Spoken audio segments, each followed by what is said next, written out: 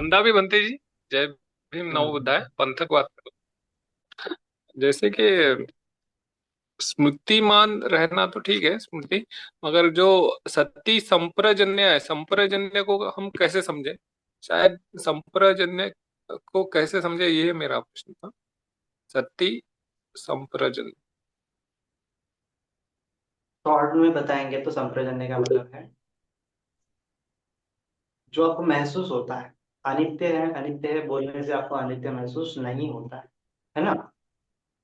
जो कुछ भी वेदना है, जो कुछ भी विचार है, जो कुछ भी आपको दिक्कत दे रहा है, जो कुछ भी आपके मन में आया है, तो वो चला जाने के बाद उस स्थान पर फिर से स्मृति जाती है ना। उत्पन्न हुआ तो जाती है, ठीक है, पता है वेदना उत्पन्न हुई तो वहां पे स्मृति जाती है।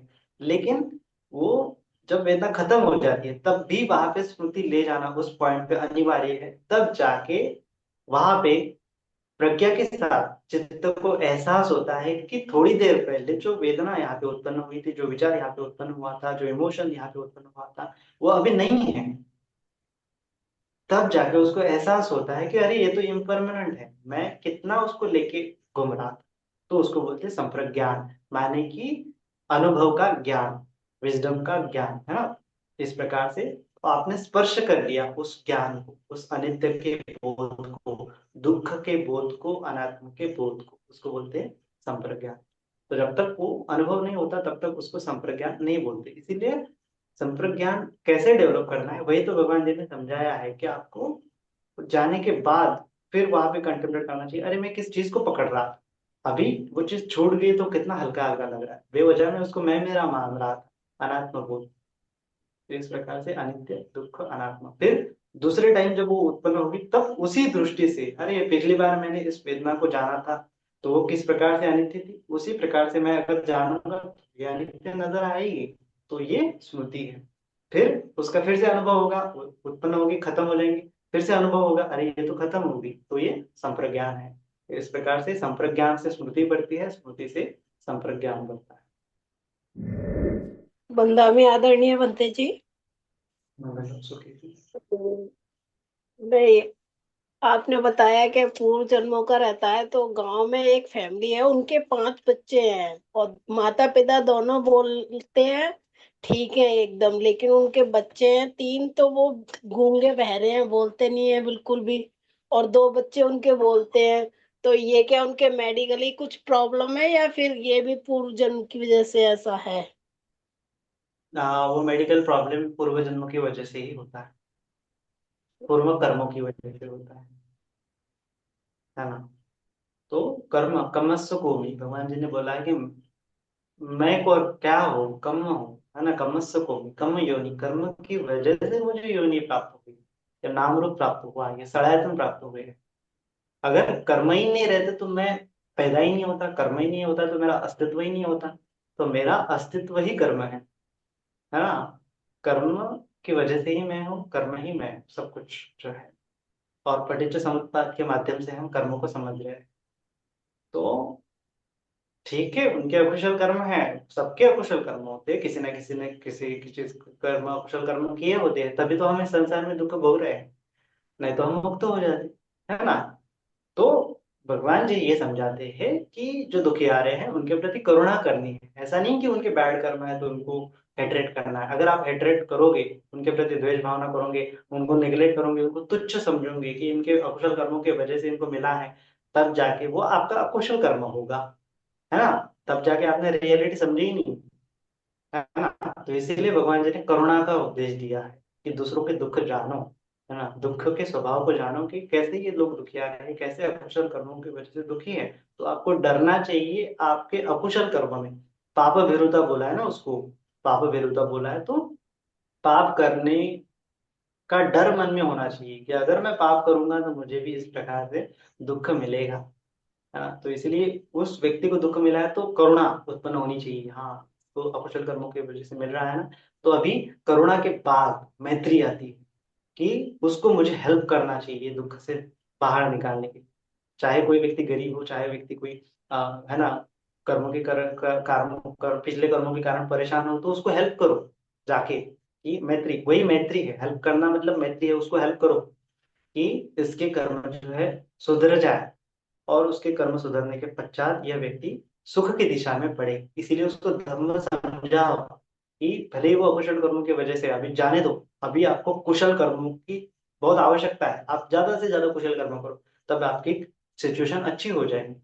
इसलिए भगवान जी ने बोला है कि जो पिछले किए गए पाप कर्मों को अब कुशल कर्मों से ढक देता है, वह इस जगत को पूर्णिमा के शीतल चंद्रमा के समान, ढक से निकले हुए पूर्णिमा के चंद्रमा के समान प्रकाशमान करता है ना। अंगुलिमाल स्तवीर के बारे में भगवान जी ने एक गाथा बताई धम्म भग में, कि पहले माने अकुशल कर्म हो गए, लेकिन अभी हमारी रिस्पॉन्सिबिलिटी क्या है कि ज्यादा से ज्यादा कुशल कर्म करें, दूसरों को कुशल कर्म करने की प्रेरणा दे, उनको अच्छे से समझाए किस प्रकार से आप अकुशलों को त्याग करना है, कुशल कर्मों का संचय करना है, किस प्रकार से सचित्त मतलब चित्त को परिशुद्ध करना है।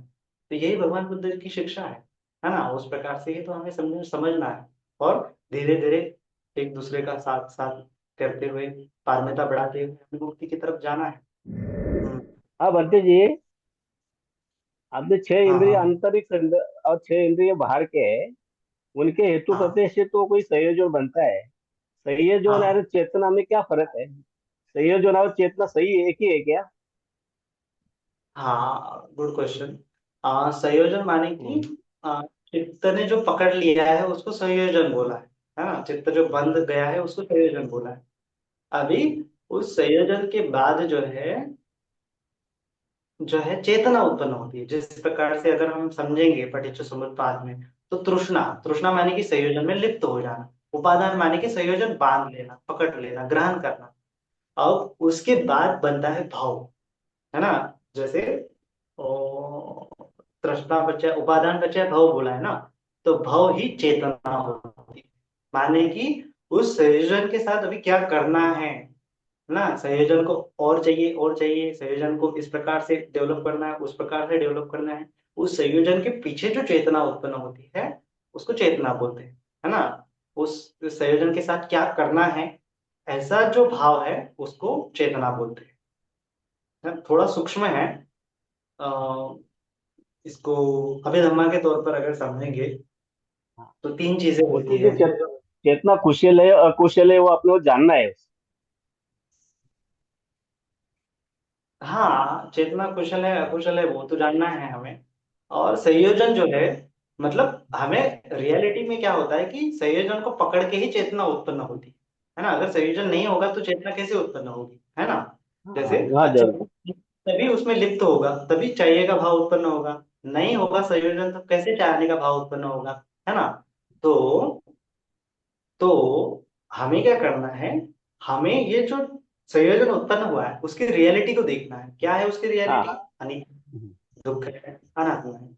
ऐसा देख लेने के कारण वो पकड़ने का जो भाव है, उसमें चेतना डेवलप करने का भाव है, वो अपने आप कोलैप्स हो जाएगा, है ना। ये अगर छूट गया तो अपने आप चेतना भी वापस उत्पन्न नहीं होगी। चित्त जाने का, अरे ये सब क्षण भंगुर है, उसमें मैं क्यों लिप्त हो गया हूं? तो चेतना अपने आप परिशुद्ध होती चली जाएगी, है ना। हाँ दलवंत जी, फिर चेतना मन में उत्पन्न होती है तो फिर मन अपने आयतनों को हम्म। आदेश देता है कि ये क्रिया करो कर। हाँ, एक्चुअली तीन चीजें होती है। तीन चीजें होती है। चेतना होती है, योनि से मनसिकार होता है, और उसके बाद होता है वितर्क विचार, है ना। दिखने में तो ये सिमिलर ही होते हैं, जैसे आप बोल रहे थे संयोजन को, हाँ संयोजन एक को ही योनि जैसे से होते मनसिकार समझो। हाँ, संयोजन को योनि से मनसिकार समझो, और वितर्क विचार को मतलब क्या करना है क्या नहीं करना है, इस प्रकार से, ठीक है। वो भी चेतना का पार्ट है थोड़ा। तो ये एक बोर्ड पर, है ना, एक एक गेम की तरह उसको विशुद्ध मध्य में अभिधम्म पेडक ने समझाया है कि एक जैसे एक एक जो प्लेयर, एक बोट होता है, एक नौका होती है। नौका के साथ एक गेम होता है, साउथ में वगैरह, साउथ इंडिया में खेला जाता है। तो एक ऐसा बहुत सारे नौकाएं होती है, उसमें तीन प्लेयर होते हैं। एक प्लेयर आगे होता है, एक प्लेयर बीच में वो चप्पू चला रहा होता है, और तीसरा प्लेयर जो है उसको डायरेक्शन दे रहा होता है। तो ये जो पहला प्लेयर है वो आगे झंडा झंडा गाड़ा हुआ होता है, उस झंडे को पकड़ने का उसके मन में चेतना होती है। उसका काम एक ही होता है कि जब झंडा आएगा तब उसको पकड़ लेगा, फिर रिटर्न जाएगा और रेस कंप्लीट कर जाएगा, है ना। तो 3 आदमी होते हैं हर बोर्ड में, और एक चप्पू चला रहा होता है, और एक जो बोर्ड को डायरेक्शन देता है, मोड़ता है, इधर जाएंगे इधर जाएंगे इधर जाएंगे इधर जाएंगे, ठीक है। तो जो फ्रंट वाला आदमी है उसको चेतना का उपमा दी है। उस आदमी को चेतना समझना चाहिए कि जो चेतना के साथ वो झंडे को पकड़ने की इंटेंशन रखता है, उसका दूसरा कुछ काम नहीं है, केवल हाँ मुझे मुझे उसको पकड़ना है, इस प्रकार से। उसके बाद होता है योनिसी मनसिकार, नहीं, उसके बाद होता है वितर्क विचार। वितर्क विचार माने कि जो संयोजन आपने पकड़ा हुआ है, किस प्रकार से पकड़ते हो आप संयोजन, तो उसको बोलते हैं वितर्क विचार। जो चप्पू चलाने वाला आदमी होता है, मतलब कि आपके माइंड में कुछ तो भी एफर्ट चल रहे हैं, इसको कैसे ग्रहण करूं, इसको कैसे ग्रहण करूं। जैसे किसी किसी युवती को देखना है, किसी को मिलना है, तो किस प्रकार से मिलूं, है ना, उसको कैसे बोलूं, उसको इनवाइट कैसे करूं, क्या परिधान करूं, क्या नहीं करूं। तो ये सब वितर्क विचार है, चप्पू चलाने के जैसा। और तीसरा आदमी होता है कि जो योनिसो मनसिकार, उसको डायरेक्शन देने का काम करता है ना, उसको बोलते हैं योनिसो मनसिकार कि हाँ मुझे इस प्रकार से करना चाहिए, इस प्रकार से नहीं करना चाहिए, करना, कैलकुलेशंस करता है ना। तो 3 चीजें हैं, संयोजन है, कैलकुलेशन है, और चेतना है, इंटेंशन है। तो हमारे इंटेंशन, हाँ, ये अगर हमें संयोजन अच्छा लग रहा है तो चेतना बोलती है कि उसको और चाहिए और चाहिए और चाहिए। फिर वो जो योनि से मनसिकार है उस डायरेक्शन में उसको मिलाने के लिए एफर्ट्स करने लगता है।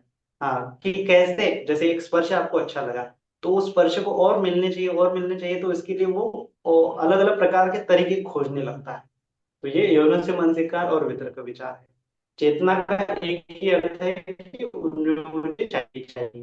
चेतना मतलब कोई विचार नहीं है। वितर्क विचार वो तो यौन से मानसिकार का प्रॉब्लम है, उसके पीछे चेतना जो है चिपकी हुई होती है ना। वितर्क विचार के पीछे, संयोजन के पीछे जो कुछ भी आप कर रहे हो, उसमें जो लिप्त होता है वो चेतना होती है। चाहिए का भाव, तृष्णा को ही बोला है चेतना। जो योनि से मनसिकार, और ये 3 चीजें तो एक साथ ही काम करती है, योनि से मनसिकार, वितर्क विचार और चेतना। तो ये संयोजन में बंधे ही होते हैं, लेकिन उसमें थोड़ा एकदम सूक्ष्म सूक्ष्म भेद होता है। तो हमें चेतना वटेवर, अपनी चेतना कुछ भी हो, हमें संयोजन को देखना है। और संयोजन क्या है, अनित्य है, दुख है, अनात्मा है, इतना जानने मात्र से ही हमारी चेतना जो है प्यूरिफाई होती है। वहां पे चेतना दूसरे टाइम में उत्पन्न नहीं होती कि अरे इसमें मुझे रस ग्रहण करना चाहिए, तृष्णा वहां पे उत्पन्न नहीं होती। हाँ बराबर। हाँ वंदना, मी म्हणते, ठीक, धन्यवाद.